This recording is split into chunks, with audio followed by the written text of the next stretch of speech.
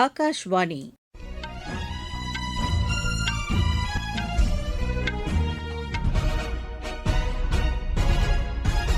செய்திகள் வாசிப்பவர் ஜமீர் அக்தர். தலைப்புச் செய்திகள். ஹோலி பண்டிகை இன்று கொண்டாடப்படுவதையொட்டி குடியரசுத் தலைவர் திருமதி திரௌபதி முர்மு உள்ளிட்ட தலைவர்கள் மக்களுக்கு வாழ்த்துக்களை தெரிவித்துள்ளனர். வளர்ச்சியடைந்த இந்தியாவை உருவாக்குவதற்கு உலக நாடுகளுடனான தடையற்ற வர்த்தக ஒப்பந்தங்கள் வழிவகுக்கும் என்று மத்திய அமைச்சர் திரு ஜே.பி. நட்டா தெரிவித்துள்ளார். மேற்காசியாவில் ஏற்பட்டுள்ள பதற்றம் காரணமாக அந்த பிராந்தியத்தில் நாளையும் நாளை மறுநாளும் நடைபெற இருந்த சிபிஎஸ்இ தேர்வுகள் ஒத்திவைக்கப்பட்டுள்ளன. மத்திய கிழக்கு நாடுகளில் ஏற்பட்டுள்ள மோதலுக்கு விரைவில் அமைதியான தீர்வு காணப்பட வேண்டும் என்று இலங்கை அதிபர் திரு அனுரகுமார திசநாயக்க வலியுறுத்தியுள்ளார். உலகக்கோப்பை டுவெண்டி கிரிக்கெட் போட்டியின் முதல் அரையிறுதி ஆட்டத்தில் இன்று தென்னாப்பிரிக்கா, நியூசிலாந்து அணிகள் மோதுகின்றன. இனி விரிவான செய்திகள். ஹோலி பண்டிகை இன்று கொண்டாடப்படுவதையொட்டி குடியரசுத் தலைவர் திருமதி திரௌபதி முர்மு உள்ளிட்ட தலைவர்கள் பலர் மக்களுக்கு வாழ்த்துக்களை தெரிவித்துள்ளனர். குடியரசுத் தலைவர் விடுத்துள்ள வாழ்த்துச் செய்தியில், மகிழ்ச்சி, கொண்டாட்டத்தை வெளிப்படுத்தும் ஹோலி பண்டிகை சமூக நல்லிணக்கத்தை பிரதிபலிக்கட்டும் என்று கூறியுள்ளார். சமூகத்தின் அன்பையும் நம்பிக்கையையும் விதைக்கும் பண்டிகையாகவும் ஒன்றுபட்டு வாழும் உணர்வையும் ஹோலி பண்டிகை வலியுறுத்துவதாக அவர் தெரிவித்துள்ளார். மக்களவைத் தலைவர் திரு ஓம் பிர்லா தமது வாழ்த்துச் செய்தியில், வண்ணங்களை பிரதிபலிக்கும் வகையில் கொண்டாடப்படும் இந்த பண்டிகை மக்களுக்கு ஊக்கத்தையும் பரஸ்பர சமாதானத்தையும் அளிக்கட்டும் என்று கூறியுள்ளார்.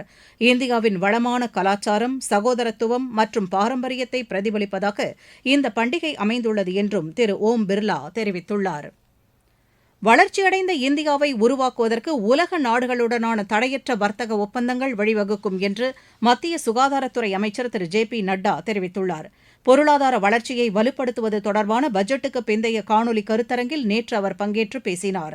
நாட்டின் எதிர்காலத்தை நிர்ணயிக்கக்கூடிய வகையில் வரும் நிதியாண்டில் 13 கோடி ரூபாய் மதிப்பீட்டில் ரசாயன பூங்காக்கள் அமைக்க திட்டமிடப்பட்டிருப்பதாக அவர் தெரிவித்தார். உயிரி மருத்துவ திட்டத்தின் கீழ் அடுத்த 5 ஆண்டுகளில் 10,000 கோடி ரூபாயை மத்திய அரசு ஒதுக்கீடு செய்திருப்பதாகவும் திரு ஜே.பி. நட்டா கூறினார். டிஜிட்டல் அடிப்படையிலான இணைப்புகளை இந்திய மக்களுக்கு மட்டுமல்லாமல் உலக நாடுகளுக்கும் நம்பிக்கைக்கு உரிய வகையில் இந்தியா வழங்கி வருவதாக மத்திய தொலைத்தொடர்புத்துறை அமைச்சர் திரு ஜோதிர் ஆதித்ய சிந்தியா தெரிவித்துள்ளார். ஸ்பெயின் நாட்டின் பார்சிலோனாவில் நடைபெறும் உலக மொபைல் மாநாட்டில் இந்திய அரங்கினை தொடங்கி வைத்து அவர் பேசினார். தொலைத்தொடர்பு இணைப்பானது மனித சமுதாயத்திற்கு அதிகாரம் அளிப்பதுடன் முன்னேற்றத்தை பிற நாடுகளுக்கும் பகிரக்கூடிய வகையில் இருத்தல் அவசியம் என்று அவர் கூறினார். புதுமை கண்டுபிடிப்பு, திறன் மேம்பாடு போன்ற தொலைத்தொடர்புடன் கூடிய உளவு மற்றும் கட்டமைப்பு பணிகளில் இந்தியா தீவிரமாக செயல்பட்டு வருவதாகவும் இதன் மூலம் எதிர்கால நவீன தொழில்நுட்பத்திற்கு தயாராகி வருவதாகவும் திரு ஜோதிர் ஆதித்ய சிந்தியா கூறினார். மேற்காசியாவில் ஏற்பட்டுள்ள பதற்றம் காரணமாக அந்த பிராந்தியத்தில் நாளையும் நாளை மறுநாளும் நடைபெற இருந்த சிபிஎஸ்இ தேர்வுகள் ஒத்திவைக்கப்பட்டுள்ளன. தேர்வு நடைபெறும் தேதி பின்னர் அறிவிக்கப்படும் என்று சிபிஎஸ்இ தெரிவித்துள்ளது. வரும் 7ஆம் தேதி நடைபெறவுள்ள தேர்வுகள் தொடர்பாக நிலைமையை ஆய்வு செய்து பின்னர் முடிவு செய்யப்படும் என்றும் தெரிவிக்கப்பட்டுள்ளது.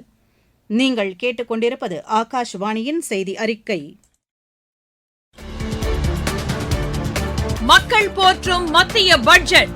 தமிழகத்தின் ரயில் மேம்பாட்டு திட்டங்களுக்கு 7,611 கோடி ரூபாய் நிதி ஒதுக்கீடு. சென்னையிலிருந்து ஹைதராபாத் மற்றும் பெங்களூருவுக்கு புல்லட் ரயில் வழித்தடம். தென்னை விவசாயிகளுக்கான ஊக்குவிப்பு திட்டம். ஆதிச்சநல்லூரில் சர்வதேச தரத்திலான கலாச்சார மையம். பொதிகை மலையில் மலையேற்றத்திற்கான வழித்தடம். பழவேற்காடு ஏரியில் பறவைகள் காட்சி மையம். மாவட்டம் தோறும் மகளிர் விடுதிகள். தமிழகம் மட்டுமின்றி நாடே போற்றும் மத்திய பட்ஜெட். வளர்ச்சியடைந்த இந்தியாவிற்கான பயணத்தில் மோடி அரசு.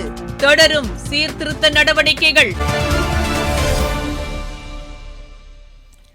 ஈரான் மீது இஸ்ரேல் மற்றும் அமெரிக்க கூட்டுப்படைகள் நடத்தி வரும் தாக்குதல் காரணமாக கத்தார், குவைத் மற்றும் இதர மத்திய கிழக்கு நாடுகளுக்கு அமெரிக்கர்கள் பயணிக்க வேண்டாம் என்று அந்நாட்டு வெளியுறவு அமைச்சகம் அறிவுறுத்தியுள்ளது.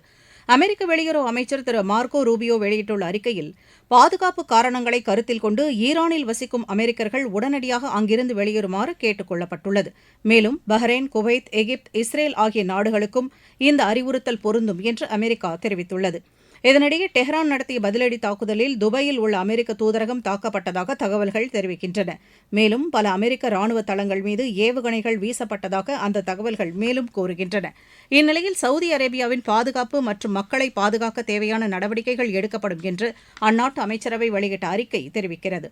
இந்த மோதல் காரணமாக மத்திய கிழக்கில் உள்ள 12க்கும் மேற்பட்ட நாடுகளைச் சேர்ந்த மக்கள் பாதிக்கப்பட்டிருப்பதாக ஐநா மனித உரிமை அமைப்பின் தலைவர் திரு டாம் ஃபிளெச்சர் எச்சரிக்கை விடுத்துள்ளார். மேற்காசியாவில் மோதல் நீடிப்பதன் காரணமாக அங்கு சிக்கித் தவிக்கும் இந்தியர்களை மீட்க இன்று 58 விமானங்கள் இயக்கப்பட உள்ளதாக மத்திய அரசு தெரிவித்துள்ளது. இது தொடர்பாக சிவில் விமான போக்குவரத்து அமைச்சகம் வெளியிட்டுள்ள அறிக்கையில் இண்டிகோ, ஏர் இண்டியா மற்றும் ஏர் இண்டியா எக்ஸ்பிரஸ் விமானங்கள் இன்று இயக்கப்பட உள்ளதாக தெரிவித்துள்ளது. மேற்காசியாவின் பல்வேறு பகுதிகளில் வான்வெளி மூடப்பட்டதன் காரணமாக 1200க்கும் மேற்பட்ட இந்திய விமானங்களும் 380 வெளிநாட்டு விமானங்களும் ரத்து செய்யப்பட்டிருப்பதாக அதில் தெரிவிக்கப்பட்டுள்ளது. அங்கு நிலவும் தற்போதைய சூழலை விமான போக்குவரத்து அமைச்சகம் உன்னிப்புடன் கண்காணித்து வருவதாகவும் அந்த நாடுகளில் தவிக்கும் பயணிகளை பாதுகாப்புடன் அழைத்து வருவதற்கு ஏதுவாக சிறப்பு ஏற்பாடுகள் செய்யப்பட்டிருப்பதாகவும் அந்த அமைச்சகம் கூறியுள்ளது. மாற்று வான்வழி மூலமாக நீண்ட தூர விமானங்களை இயக்குவது தொடர்பாகவும் விமான போக்குவரத்து அமைச்சகம் தீவிர ஆலோசனை மேற்கொண்டிருப்பதாக அறிக்கையில் தெரிவிக்கப்பட்டுள்ளது. மத்திய கிழக்கில் ஏற்பட்டுள்ள பதற்றமான சூழ்நிலை காரணமாக சர்வதேச சந்தையில் கச்சா எண்ணெய் மற்றும் எரிவாயுவின் விலைகள் அதிகரித்துள்ளன. உலக நாடுகளின் பங்குச் சந்தைகளிலும் கடுமையான வீழ்ச்சி ஏற்பட்டுள்ளது. இங்கிலாந்தில் கடந்த 3 ஆண்டுகளில் இல்லாத வகையில் எரிவாயு விலை அதிகரித்துள்ளது. கடந்த 2024ஆம் ஆண்டுக்கு பின்னர் சுத்திகரிக்கப்படாத கச்சா எண்ணெய் விலை இங்கிலாந்தில் பேரல் ஒன்றுக்கு $85 உயர்ந்துள்ளது. இதனிடையே அமெரிக்கா மற்றும் ஐரோப்பிய நாடுகளின் பங்குச் சந்தைகளில் பல்வேறு நிறுவன பங்குகளின் விலையும் சரிவை சந்தித்துள்ளது. ஈரான் மீதான தாக்குதலுக்கு ஆதரவளிக்காத ஸ்பெயின் நாட்டுடனான வர்த்தகத்தை நிறுத்திக் கொள்வோம் என்று அமெரிக்க அதிபர் டொனால்டு டிரம்ப் எச்சரிக்கை விடுத்துள்ளார். ஸ்பெயின் வெளியுறவு அமைச்சர் திரு ஜோஸ் மானுவல் நேற்று அளித்த பேட்டியில் அமெரிக்கா தங்களின் தளத்தை பயன்படுத்த அனுமதிக்க முடியாது என்று கூறியிருந்தார். இதையடுத்து திரு டிரம்ப் விடுத்துள்ள எச்சரிக்கையில் நாட்டோ நாடுகளுக்கான செலவினத்தை அதிகரிக்கவும் ஐரோப்பிய நாடுகள் மீதான தாக்குதலுக்கு ஆதரவளிக்கவும் முன்வராத நாடுகளுடன் அனைத்து விதமான வர்த்தகத்தை முடித்துக் கொள்வோம் என்று குறிப்பிட்டுள்ளார்.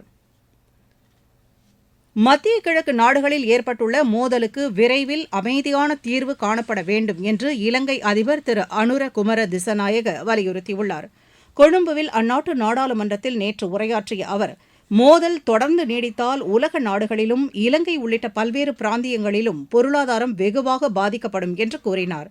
எண்ணெய் மற்றும் இயற்கை எரிவாயு வழங்குவதில் ஏற்படும் தாக்கமானது பல்வேறு நாடுகளிலும் பணியாற்றும் இலங்கை நாட்டினருக்கு பாதிப்பை ஏற்படுத்தும் என்றும் சுற்றுலா, கப்பல் மற்றும் விமான போக்குவரத்தும் பாதிப்புக்குள்ளாகும் என்றும் அவர் தெரிவித்தார்.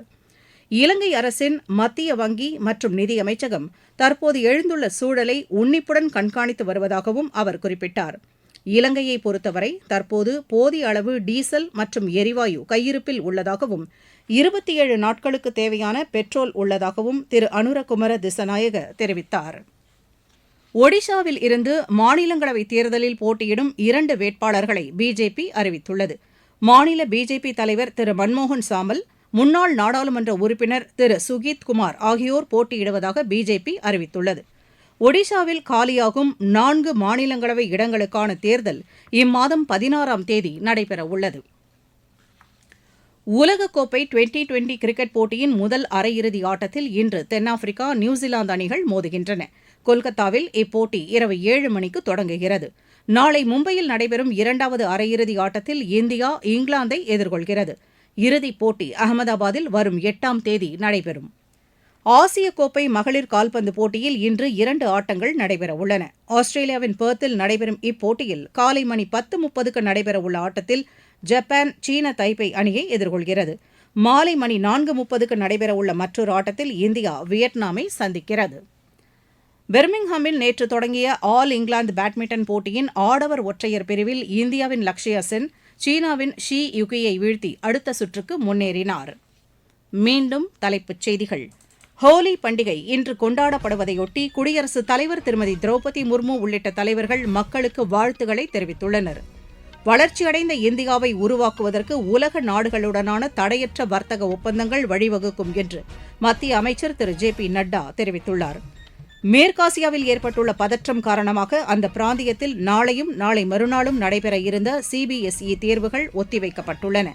மத்திய கிழக்கு நாடுகளில் ஏற்பட்டுள்ள மோதலுக்கு விரைவில் அமைதியான தீர்வு காணப்பட வேண்டும் என்று இலங்கை அதிபர் திரு அனுரகுமார திசநாயக வலியுறுத்தியுள்ளார். உலகக்கோப்பை டுவெண்டி கிரிக்கெட் போட்டியின் முதல் அரையிறுதி ஆட்டத்தில் இன்று தென்னாப்பிரிக்கா நியூசிலாந்து அணிகள் மோதுகின்றன. செய்தி அறிக்கை நிறைவு பெற்றது.